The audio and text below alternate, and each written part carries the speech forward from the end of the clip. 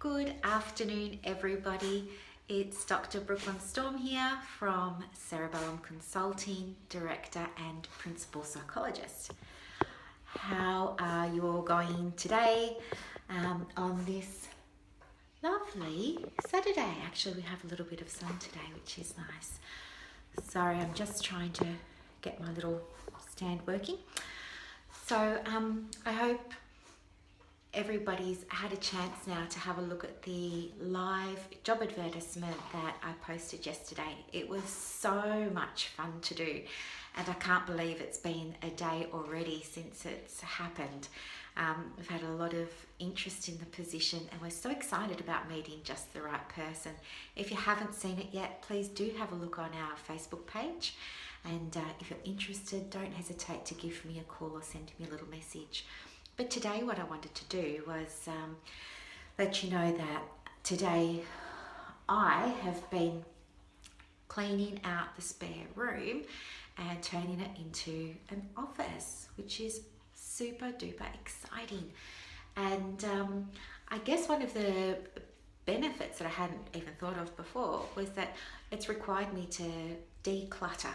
So I've had to take the stuff from one office and bring it over to the home office. So as you might be able to see behind me up here, I have some notice boards, and what I'll be doing on those is keeping track of a few things. My KPIs will be on these clipboards down here. Over here, oh, I'm not sure if you can see it. No, you can't see it. Well, we've got a gorgeous little bookcase with all sorts of goodies and stationery on it.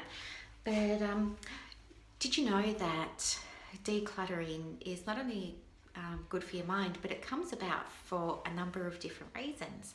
And one of those is that we attach emotional connections onto a lot of the things that we buy. So maybe, for example, I don't want to get rid of my beautiful salt lamp because I was with my mother when I bought it, so it's got a special memory for me. Maybe I don't want to get rid of my little practice cup because that's got special memories. So when it comes time to declutter and get rid of some of these things, it can be super hard.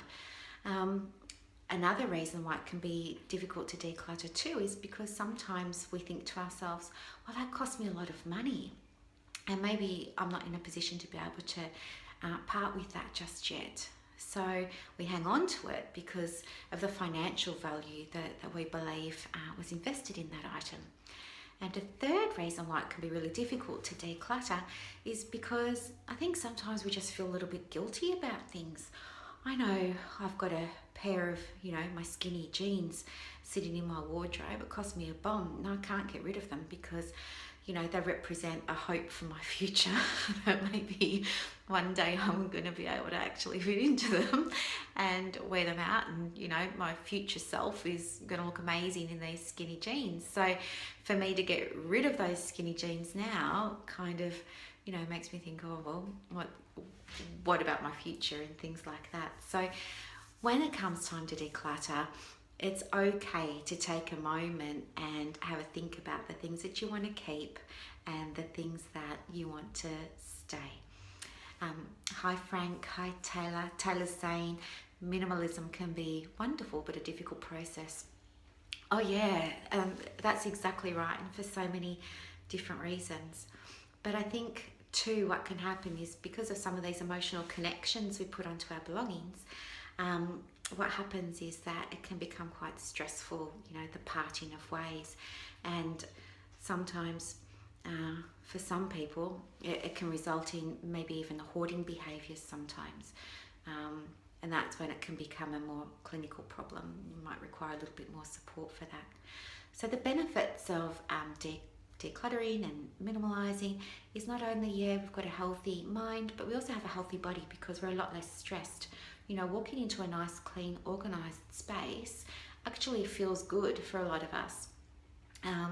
But walking into a really messy, over-cluttered space can be really difficult, especially if you're somebody who struggles with motivation from time to time.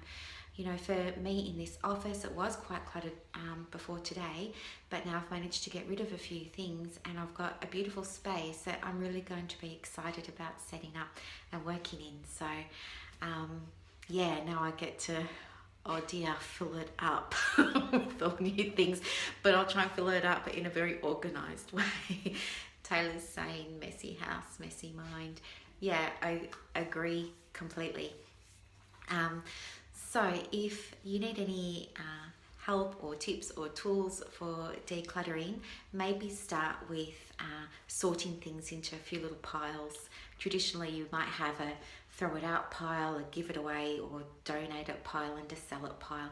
And sometimes just even the act of putting things in order or in a little pile can be enough to help start the process of freeing your mind. And then you can start to say, oh well, you know, I'll sell this stuff and I'll get some money to put new things or paint a wall or buy a new rug or buy a new lamp or things like that, and update and freshen up and make that space a place you really enjoy being in. So Gabe's trying to get my attention now. Yeah, he doesn't need any of his space decluttered. He's got beds in every room. Very lucky. Anyway, thank you very much for stopping by and saying hello on day 19 of these 90-day share that I'm doing. Not many more days to go. I was thinking of doing a live Q&A maybe on Thursday night or Friday night around 7 or 7:30. So if you're interested in a live Q&A, let me know. I'm happy to offer it. I know lots of people out there might have some questions about counselling or psychology, or maybe on some of the topics that we've spoken about today. So let me know what day works for you guys and we'll tee it up. Otherwise, I look forward to talking with you tomorrow.